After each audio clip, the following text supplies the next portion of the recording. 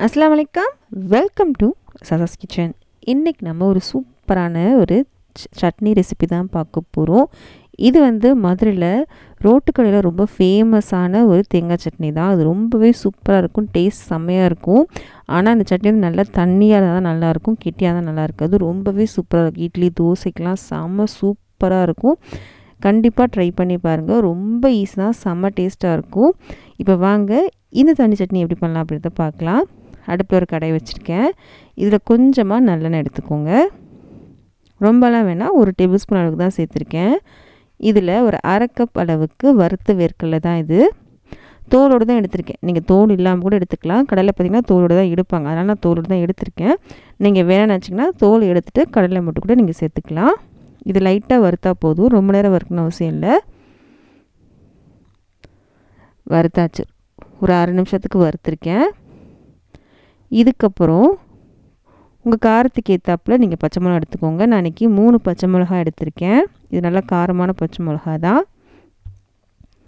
இது கூட ஒரு கைப்பிடி அளவுக்கு புதினா.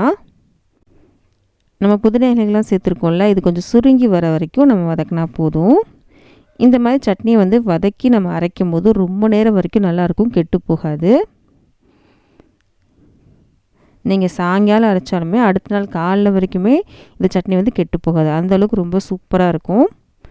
இது கூட ஒரு 1/4 கப் அளவுக்கு பொட்டுக்கடலை, நம்ம அரை கப் அளவுக்கு நிலக்கடலை எடுத்தோம். இதில் பாதி அளவுக்கு பொட்டுக்கடலை எடுத்திருக்கோம். இந்த அளவுக்கு எடுக்கணும். இதையும் ஒரு அரை நிமிஷத்துக்கு வறுத்தா போதும் பொருட்களையும். இது கூட ஒரு அரை கப் அளவுக்கு தேங்காய், இதையும் ஒரு அரை நிமிஷத்துக்கு வதக்கிக்கலாம். இது கூட ஒரு சின்ன சைஸ் அளவுக்கு புளி எடுத்திருக்கேன், அதையும் நம்ம சேர்த்துக்கலாம்.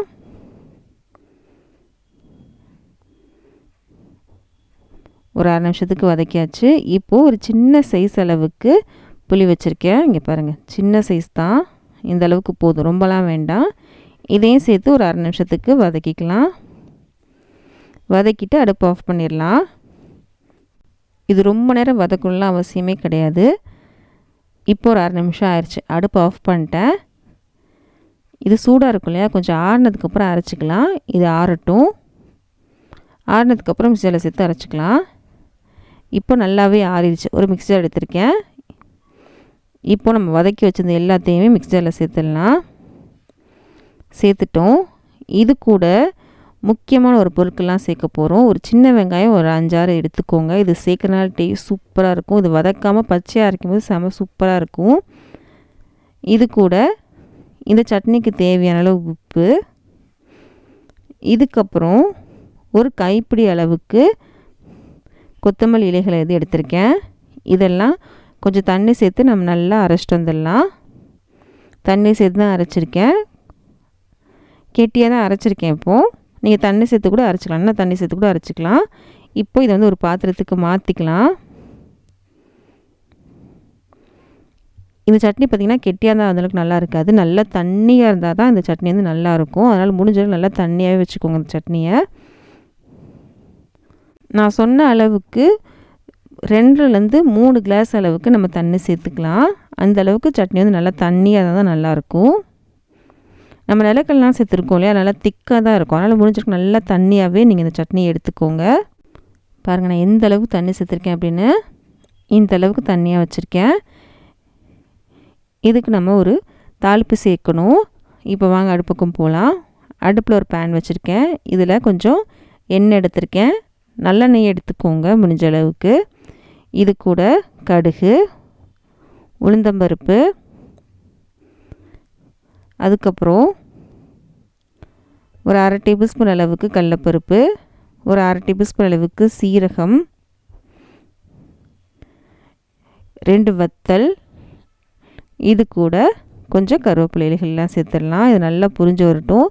இந்த மாதிரி தாளிப்புக்கு கடலைப்பருப்பு சீரகம்லாம் சேர்த்து செய்யுங்க, ரொம்பவே சூப்பராக இருக்கும். நல்லா செவந்து வந்துருச்சு.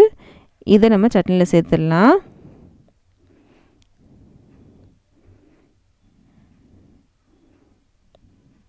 சேர்த்து நல்லா கலந்து விட்டோன்னா சூப்பரான தண்ணி சட்னி ரெடி ஆயிடுச்சு. செம்ம சூப்பராக இருக்கும். கண்டிப்பாக ட்ரை பண்ணி பாருங்கள். செம்ம டேஸ்ட்டாக இருக்கும். இட்லி தோசைக்கெலாம் செம்ம சூப்பராக இருக்கும். இது நீங்கள் ரொம்ப நேரம் வரைக்குமே வச்சுக்கலாம், கெட்டு போகாது. ரொம்பவே சூப்பராக இருக்கும். ஃப்ரிட்ஜில் வைக்கணும்னு அவசியம் இல்லைங்க. நம்ம புளி சேர்த்துருக்கோம், அதனால் சீக்கிரமாகவே கெட்டு போகவே போகாது. கண்டிப்பாக ட்ரை பண்ணி பாருங்கள். ரொம்ப சூப்பரான ஒரு சட்னிங்க. ட்ரை பண்ணி பார்த்துட்டு எப்படின்னு சொல்லுங்கள். இந்த வீடியோ பிடிச்சினா ப்ளீஸ் லைக் பண்ணுங்கள். லைக் பண்ணால் தான் இந்த வீடியோ நிறைய பேர் ரெக்கமெண்ட் ஆகும். நிறைய பேர் சப்ஸ்கிரைப் பண்ணாமல் தான் பார்த்துட்ருக்கீங்க. ப்ளீஸ் சப்ஸ்கிரைப் பண்ணுங்கள். அது ஒரு மோட்டிவேஷனாக இருக்கும். இந்த மாதிரி ரெசிபீஸில் உங்கள் ஃப்ரெண்ட்ஸ்க்கும் ஃபேமிலிஸ்க்கும் பிடிக்கும் அப்படின்னா அவங்களுக்கு இந்த வீடியோ ஷேர் பண்ண மறக்காதீங்க. நம்ம அடுத்த சந்திக்கலாம்.